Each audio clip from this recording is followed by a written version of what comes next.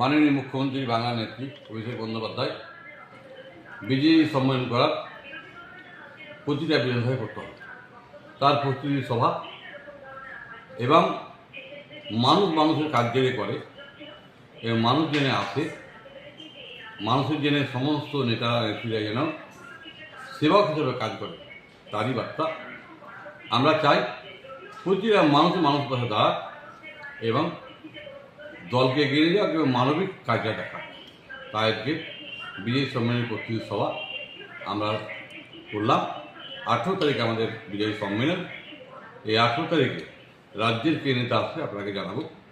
আমরা চাই মানুষের আমরা ধর্ম যার হোক উৎসব সভা সবাই মিলে উৎসব পালন করেছি, সবাই মিলে বিজয়ী সম্মেলন করবো এবং আমরা চাইব পুলিশ প্রশাসন আছে তারা এনে সঠিকভাবে আমাদেরকে সহায়তা করে এবং ফোর্স একটু বেশি দিলে ভালো হয়, কারণ জাম প্রচুর হয়।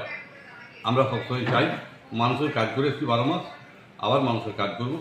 এবং আপনারা জানেন প্রতিবার শীত আসলে কম্বল দিই, কম্বলের বললাম যে আবার আরেকদিন মিটিং ডাকবো। আমরা সবসময় মানুষের কথা আছি, মানুষের কাজের জন্য আছি। তাই মানুষের যে কোনো অসুবিধা আমাকে আসলে আমরা 12 মানুষের সেবা করি, একদিন নয়।